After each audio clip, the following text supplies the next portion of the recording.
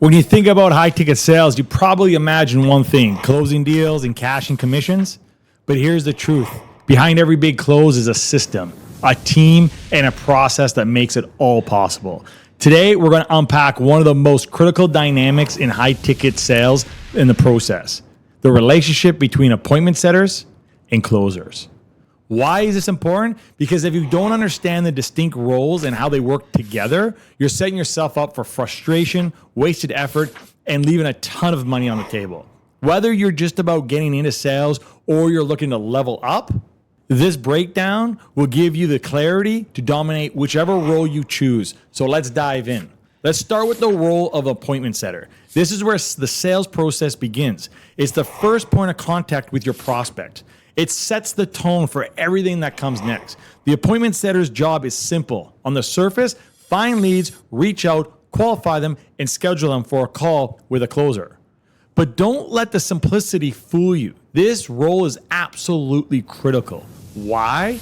Because the quality of the lead the setter delivers directly impacts the closer's ability to actually close the deal. Think of setters as the gatekeeper of your pipeline. They're the ones ensuring that the most promising prospects make it to the next step. And in a world where time is money, you can't afford to waste time on leads that aren't serious or qualified. Whether they're cold calling, DMing on Instagram, or texting leads from a database, appointment setters are the unsung heroes of the sales process. Without them, closers wouldn't have anyone to sell to. Let's break it down further. Here's what an appointment setter actually does day to day. First, lead generation. Whether it's combing through databases, responding to inbound inquiries, or engaging with social media followers, the setter's first job is to find potential clients. The initial reach out. This could be a phone call, a text, or a DM. The goal here is to establish contact, build rapport, and start a conversation. Then there's qualifying the leads. This is the most critical step. The setter needs to ask the right questions to determine if the prospect is a good fit for the offer. Do they have the budget? Are they ready to buy? Are they genuinely interested? Setting appointments. Once the lead is qualified, the setter schedules a call with the closer. This might sound simple, but it requires a mix of persuasion and professionalism to lock in the commitment. Then you have building excitement. A great setter doesn't just book an appointment. They get the prospect excited about what's coming next. This primes the lead for the closer, and it sets the stage for success. So in short, the setter is the architect of the sales process. Without the work, the closer has nothing to work with. So let's talk money. One of the biggest misconceptions about appointment setting is that it's the low-paying entry-level role. This couldn't be further from the truth. Here's what you need to know. There's something called flat fees. Many setters earn a fixed amount of each appointment they book. This might range from $50 to $200 per appointment, depending on the industry and the offer. Then you can make commissions. On top of the flat fees, some setters earn a percentage of the deal they help close. This could be 3 to 5% of the sale, which can add up fast on a high ticket offer. Then you get the monthly income. A skilled setter working full time can earn anywhere from $3,000 to $10,000 per month. And for those working part time, it's still an excellent side hustle with significant earning potential. The best part, appointment setter is a role you can do from anywhere with minimal experience, and it provides a clear path to high-paying sales roles like closing. Now, let's move to the role of the closer, the person who turns interest into revenue. A closer's job is more than just selling. It's about guiding prospects through decision-making, a process, handling objections, and ultimately helping them see the value in saying yes. Closers operate at the end of the sales funnel. They don't have to generate leads or schedule calls. That's the setter's job. Instead, they focus entirely on delivering value and converting qualified prospects into paying customers.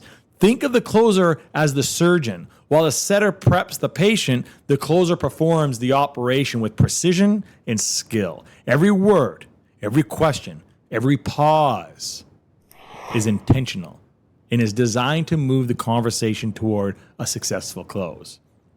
Here's where the magic happens.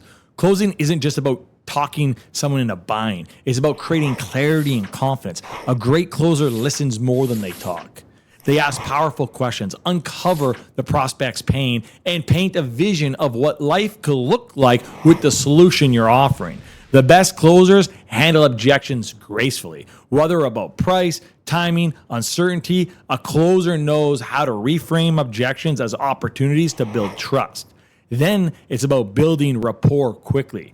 People buy from people they like and trust. A closer creates an environment where the prospect feels understood and supported. Focus on the gap. Closing is about showing the prospect the gap between where they are and where they want to be, and why your solution is the bridge that will get them there. Ask for the sale. Closers ask for that sale. This might sound obvious, but it's worth emphasizing. A closer must confidently and clearly ask for the commitment when the time is right.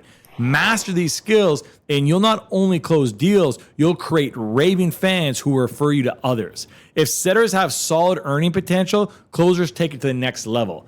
Then you got commissions. Most closers earn purely on commission, which means the sky's the limit. On a $5,000 offer, closer might earn 10 to 20% or $500 to $1,000 per deal.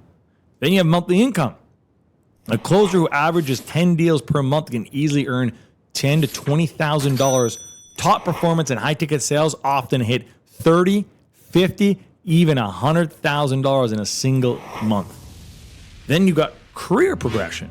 The skills you develop as a closer, persuasion, communication, and emotional intelligence are invaluable and transferable to almost any field. If you're willing to put in the work, closing is one of the most lucrative and rewarding careers you can pursue. The key difference between appointment setters and closers, when we compare setters and closers, we're talking about two distinctive but complementary skill sets. You can't have one with the other. If you want a successful sales process, let's break this down. Focus of the role. Appointment setters are all about relationships. They reach out, they qualify, they warm up the leads, ensuring closers are stepping into a conversation that's already half won. Closers, on the other hand, they dive deep. Their focus is turning interest into commitment, making prospects feel confident enough to pull the trigger.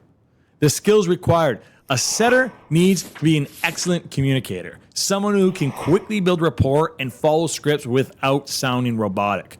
Organization is also critical, as they often are juggling multiple leads at once. Closers, however, need to be masters of persuasion and psychology.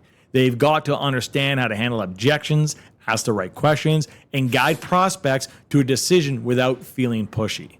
Then we've got responsibilities. While setters are responsible for prospecting, initial reach out, and scheduling, closers are responsible for delivering the final pitch, answering detailed questions, and closing the deal. It's the difference between planting the seeds and harvesting the crops. Now, the earning potential. Setters have a steady earning potential with commissions or flat fees per appointments booked. Closers operate on higher stakes. When they win big with commissions that can dwarf a setter's income in a single deal. At the end of the day, neither role is better than the other. They're just different. Each role requires a unique mindset, and together they form a backbone of any high-performing sales team. If there's one thing that will make or break a sales team, it's how well the setters and closers work together. Let me say this. The relationship between these two roles isn't just important, it's everything. Imagine this scenario. A setter books an appointment but fails to properly qualify the lead. The closer goes into the call expecting a high potential client only to find someone who doesn't have the budget or the intent to buy. It's a waste of time for everyone. Now let's flip that. A setter does their job perfectly. They pre-qualify the lead, provide context for the closer, and even build some excitement about the offer. The closer steps in with all the information they need to hit the ground running. The result? A seamless conversation that ends with the prospect saying, yes, let's do this. Here's what makes the collaboration work.